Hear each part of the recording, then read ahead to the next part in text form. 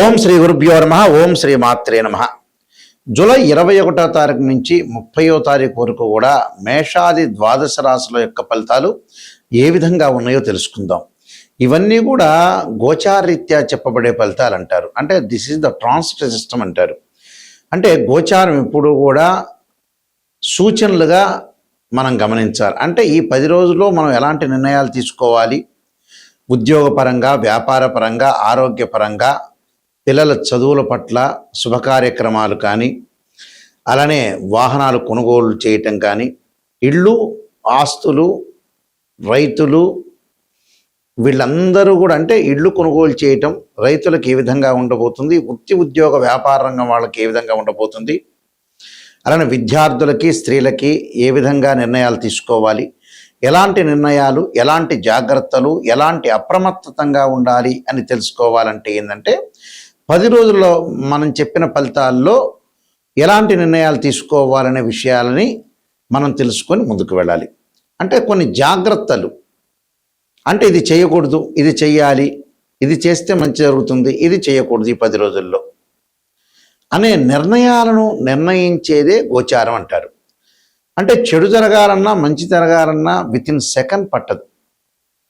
ఒక నిర్ణయం మనం తీసుకునేటప్పుడు ఆ నిర్ణయం అనేది చాలామంది కూడా ఒక నిర్ణయం తీసుకునేటప్పుడు పొరపాట్లు చేస్తుంటారు. ఆ పొరపాటు అనేది జీవితాంతం ఆ పొరపాటు అనేది వెంటబడుతూనే ఉంటుంది.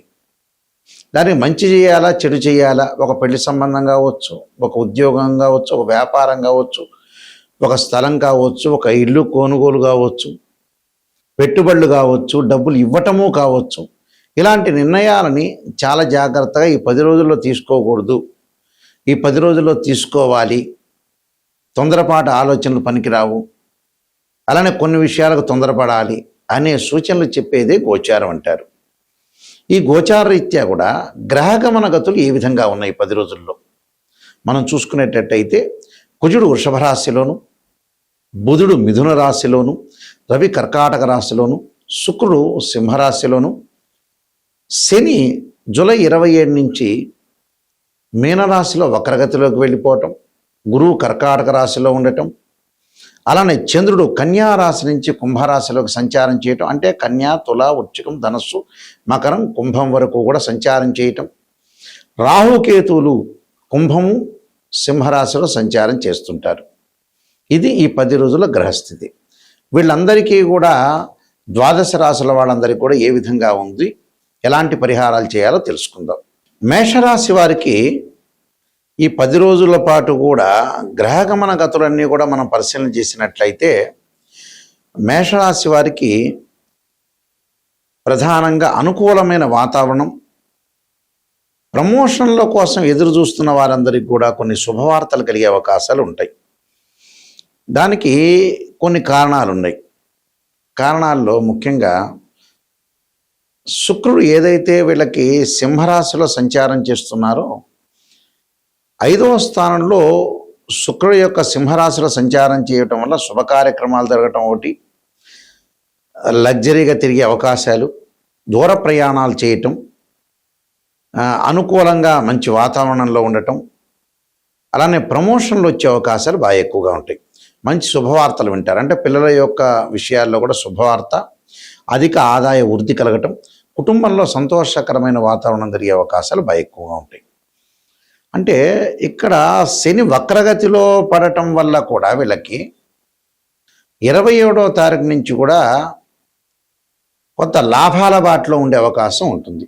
అంటే అనేకమైన లాభాలు కలిగే అవకాశం ఒకటి ఉండటం. అయితే కుటుంబంలో సంతోషకరమైన వాతావరణం ఉంటుంది, కానీ ఏదన్నా ఆస్తిపాస్తులు కొనుగోలు చేయాలంటే అలాంటివన్నీ కూడా కొనుగోలు చేయలేక వాయిదాలు పడే అవకాశం ఉంటుంది. ఎందుకంటే ద్వితీయ స్థానంలో కుజుడు వృషభంలో ఉండటం వల్ల ఏదో భార్యాభర్తలు అనుకుంటుంటారు, చేయాలనుకుంటారు, కానీ చేయలేకపోతారు. అలానే ఇక్కడ బుధుడు మిథున రాశిలో ఉండటం వల్ల వ్యాపార పరంగా భాగస్వామ్య వ్యాపారంతో కొంత జాగ్రత్తగా ఉండాలి. అంటే బంధుమిత్రులతోటి కానీ, పార్ట్నర్స్ కానీ కొంత జాగ్రత్తగా ఉండటం. ఉద్యోగస్తులు కూడా వాళ్ళకు ప్రమోషన్లు వస్తాయి, కానీ కొంత మానసికంగా కొంత ఆందోళన చెందే అవకాశాలు ఎక్కువగా ఉంటాయి. కాబట్టి కొన్ని జాగ్రత్తలు తీసుకోవాలి. విద్యార్థులకు వచ్చేటప్పుడు అధిక శ్రద్ధతో చదవాలి. విద్యార్థులు ముఖ్యంగా దక్షిణామూర్తి స్తోత్ర పారాయణం చేయాలి. స్త్రీలు అమ్మవారి యొక్క ఆరాధన చేయాలి. ఇక్కడ ఏదైతే బాల త్రిపుర సుందరీదేవి స్తోత్రాన్ని పారాయణం చేయటం చాలా మంచిది వీళ్ళు. అలానే అర్ధనారీశ్వర స్తోత్రాన్ని కూడా పఠించటం వల్ల చాలా మంచి సుఫలితాలు జరిగే అవకాశాలు ఖచ్చితంగా ఉంటాయి. ఈ విధంగా ఉన్న ఫలితాల్లో మనం ప్రత్యేకంగా కొన్ని రెమెడీస్ చేసుకోవడం చాలా ఇంపార్టెంట్. ఆ రెమెడీస్లో ప్రత్యేకంగా కొంతమందికి ఏంటంటే ఉద్యోగపరంగా ప్రయత్నాలు అనేవి సఫలీకృతం కావు. ఉద్యోగం అనేది నిలకడగా ఉండదు.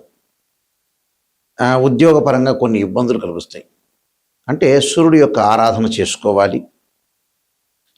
సూర్యుని ఆరాధన చేయటం, గోధుమలు దానం చేయటం జరగాలి. అలానే మనస్సుకు ప్రశాంతత లేకపోతే ఖచ్చితంగా మానసికంగా మెంటలీ డిజార్డర్ ఉంటే క్షీరపుత్రాయుధ్య అమృతతత్వాయుధీమే తన్నో చంద్ర ప్రచోదయాత్ అనే మంత్రాన్ని, వాహన ప్రమాదాలు అలానే ఎసెట్స్ సంబంధించిన విషయాల్లో ఏదన్నా ప్రాబ్లమ్స్ వస్తుంటే అంగారకుణ్ణి ఆరాధన చేయాలి. తత్పురుషాయుధే మహాసేనాయుధీమే తన్నో షణ్ముఖ ప్రచోదయాత్ అనే మంత్రాన్ని, అలానే ధనపరంగా ఇబ్బందులు, విద్యార్థులకు ఇబ్బందులు కలుగుతుందంటే ధనపరంగా ఇబ్బందులు ముందు కలుగుతుంటే కుబేర మంత్రాన్ని, ఓ మెక్షాయ కుబేరాయ వైశ్రవణాయ ధనధాన్యాధిపతే ధనం ధాన్యం సమృద్ధమే దేహిమే దాపైస్వ అనే మంత్రాన్ని విద్యార్థులు దక్షిణామూర్తి స్తోత్ర పారాయణం చేయాలి.